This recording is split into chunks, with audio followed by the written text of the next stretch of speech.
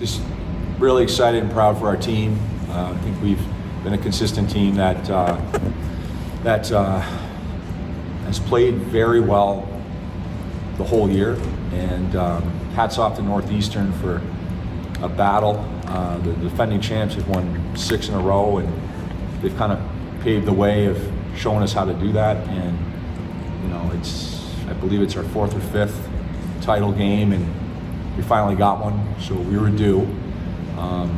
But exceptional game by Northeastern, probably entertaining for all, and we're happy to be champions, and we're going to get to play at least another 60 minutes.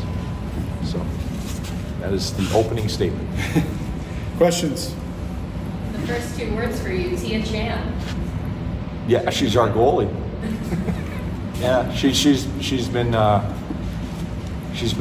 really good all year, and she's been through a lot of injuries that she's been fighting, and it's just nice to see her be rewarded for the perseverance and the determination she showed since last year at this time. Chris, how much does her international experience, unique international experience, really play in to a game like this? You have to figure what she's seen, but she's probably not going to be scared of it.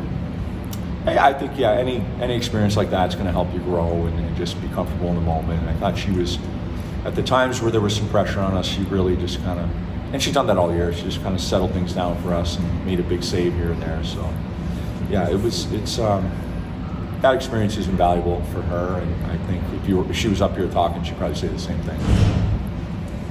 Chris, when you talk about the journey that this team's been on, you talk about being really close, knocking on the door, especially against Northeastern. What emotion felt like made the difference tonight? I think it was our time. You get into this game enough times, eventually it's going to be our time. We've had some really tight ones with Northeastern, and it just went our way. If you're in this and to get to this point is very difficult, and we've managed to do it a few times. I just think, the crowd really helped us. The fans were great. I think it just, Gwen Phillips did not want her season to end, and she was doing a good job in their team. And losing Megan Carter, that's a huge blow for them on defense. So I think things happen in games. That was a wild third period. I'm sure you guys would agree. Ultimately, I think if you're here enough, eventually you're going to come through, and that's what our program just did. Chris, how did you kind of pick things up after you didn't score with the 7 minutes of power play? A lot of times that kind of thing really changes the momentum. How did you guys manage to keep it? You just gotta, you can't dwell on what's going on, good or bad. If it's going real well, you can't sit back and relax. If it didn't go the way you wanted it to, the frustration will really help. So I think that's a key. Like, our team's very disciplined, focused on their next shift, and that's a credit to them. And it just, eventually we just got one by her, and that's it. That's the championship game. What did you see on the goal? I was out with the point, and I thought it went straight in, but it clearly got deflected. And I don't even know who it was or what happened. I know it's Megan Woodworth now, but it was just we had some in-zone time, and we were just looking to throw it off that outside post. That's what happened. What's your feeling when you finally do score after almost 80 minutes, and then you got to stand there for what feels like forever as they review it? It's how it is. There's reviews. It's happened. I've seen that before. Kind of delayed everything. All the equipment was on the ice. That would have been a tough pickup, I think. But it delayed it, and I knew there'd probably be a review just by how close it was to the crease. But no, it was good. It's kind of surreal right now. It hasn't really set in.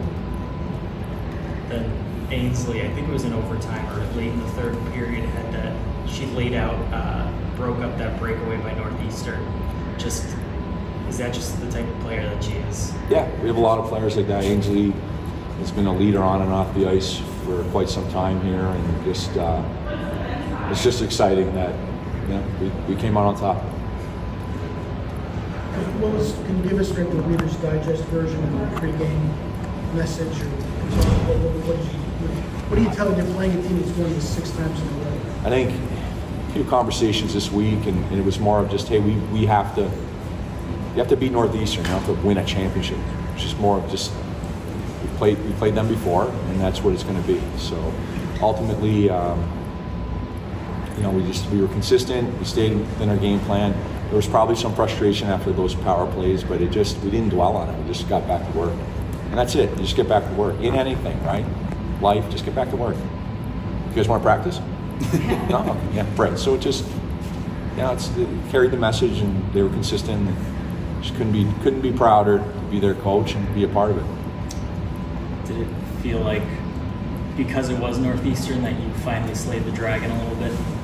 Yeah, you could say that. I mean, I guess we've played them so many times in the final, but I credit to them. That was a gutsy effort by them, and I guess there's some storybook stuff in there that you guys will write about.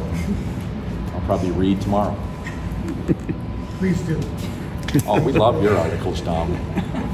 Dad joke and stuff.